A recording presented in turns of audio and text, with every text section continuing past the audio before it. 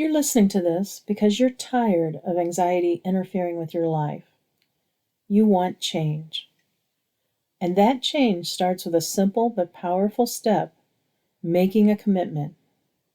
But don't worry, this isn't about overwhelming yourself. It's about creating a foundation for lasting relief. Hello again. I'm Dr. Monica Frank with Excel at Life, and I'm here to help you learn how to manage anxiety. You've already taken the first step just by being here and listening. Let's start by taking a minute to focus on your breathing. You don't need to do anything special. Just begin to gradually slow your breath. Simply noticing your breath without forcing it can help you relax and focus. As you continue to slow your breath, I'll start talking about what you can expect from this podcast. The Quieting Anxiety podcasts are meant to be used in combination with the Excel at Life app and website. I have found that although many people like the approach I take with these resources, they sometimes find it hard to get started because they are overwhelmed by the many different activities. What I want to do with these podcasts is to provide a step-by-step process to learning to manage anxiety and panic. The podcasts are meant to be listened to in order to fully take advantage of them. Even if it seems that a certain podcast is not relevant to you, it is best to listen to all of them in order because you never know where a nugget of information may be. As a therapist, the reason I like cognitive behavioral therapy, CBT, is because with the multitude of tools available to a therapist, there's almost always a solution to a given problem.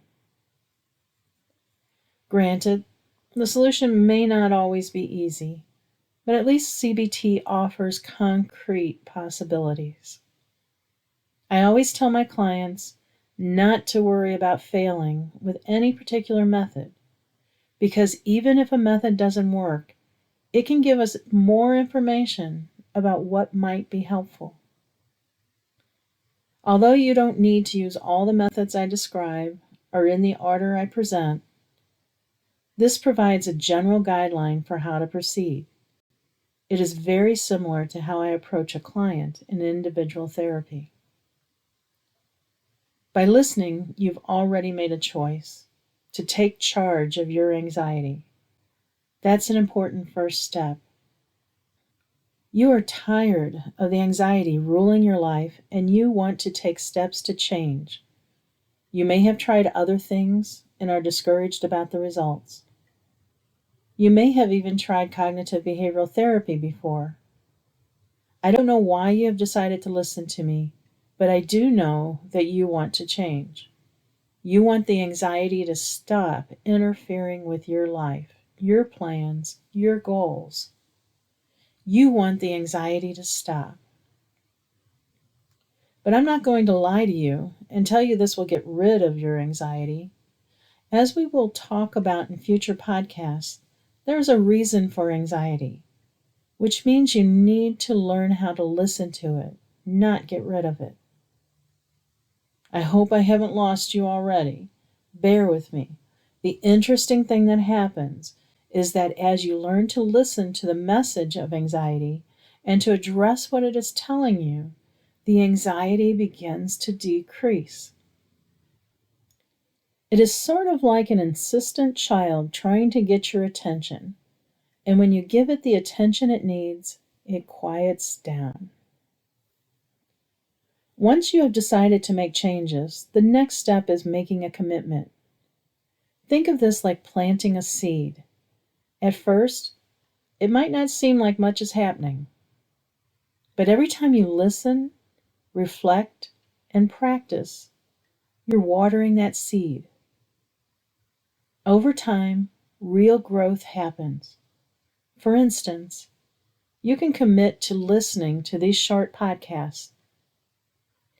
At first, that may be all you commit to, But just by listening, you begin to learn more about how to manage anxiety.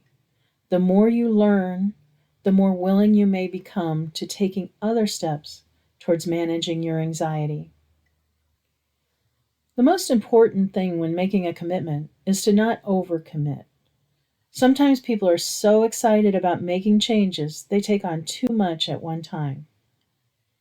If you do this, you may find yourself becoming overwhelmed and stressed by the commitment, which is the last thing you want to do when you have anxiety. The point of you listening to these podcasts is to reduce anxiety, not add more. So the only commitment to make right now is to listen. In the future, you may make additional therapeutic commitments. In fact, that will be necessary because I'm not going to kid you, cognitive behavioral therapy is work. There's no 3 easy steps to ridding yourself of anxiety. But it is best to sort of sneak up on the work. You may be surprised at how much you accomplish by taking small steps. Sometimes it may seem like you aren't doing much to change the situation, but making a commitment to something is actually a great deal. When you make a commitment, you are setting up a routine and a new way of thinking. The routine is, I'm going to listen to this podcast regularly and practice these skills daily or several times a week. Whatever works for you. Developing a routine gets you into the mindset of making changes, which means you are already changing the way you think. This is the core of cognitive behavioral therapy, or CBT for short. The cognitive part of CBT means changing the thinking that keeps you stuck in the anxiety. And the behavioral part of CBT means changing your behaviors. In the case of making a commitment, developing a routine to address your anxiety. So even if it seems like you are not doing much, you are already making changes. Each time you listen to a podcast, you may be making minute changes in your thinking and behavior. Changes that may not be much by themselves, but that can add up to major change over time. Making a commitment to this process is like learning a new skill, whether it's playing an instrument, exercising, or even cooking. At first, it may feel unfamiliar, but the more you practice, the easier it becomes. The key is consistency, not perfection. And don't worry if you find that you need to listen to the same podcast several times to fully understand the lesson. The core of cognitive therapy is repetition. The more you repeat a lesson, the more it begins to integrate into how you think. It begins to become a part of you. So listening repeatedly can be a useful exercise. Also, many people have told me that they have listened to some of my audios over a period of months or years and suddenly heard something new. Now, obviously, I didn't sneak a change into the audio. The reason this occurs is because you are ready to hear it in a different way. It may be that something else you've learned has prepared you to understand a concept differently.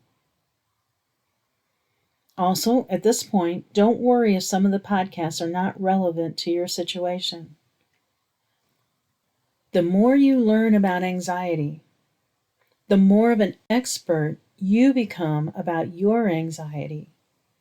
And you will be able to determine what underlies your anxiety, what triggers it, and how to address those triggers. Right now, it may be hard to determine what is relevant for you, so it is best to just listen, become familiar with the different concepts, and begin to learn about yourself. Later on, you will have a better idea of what might work best for you.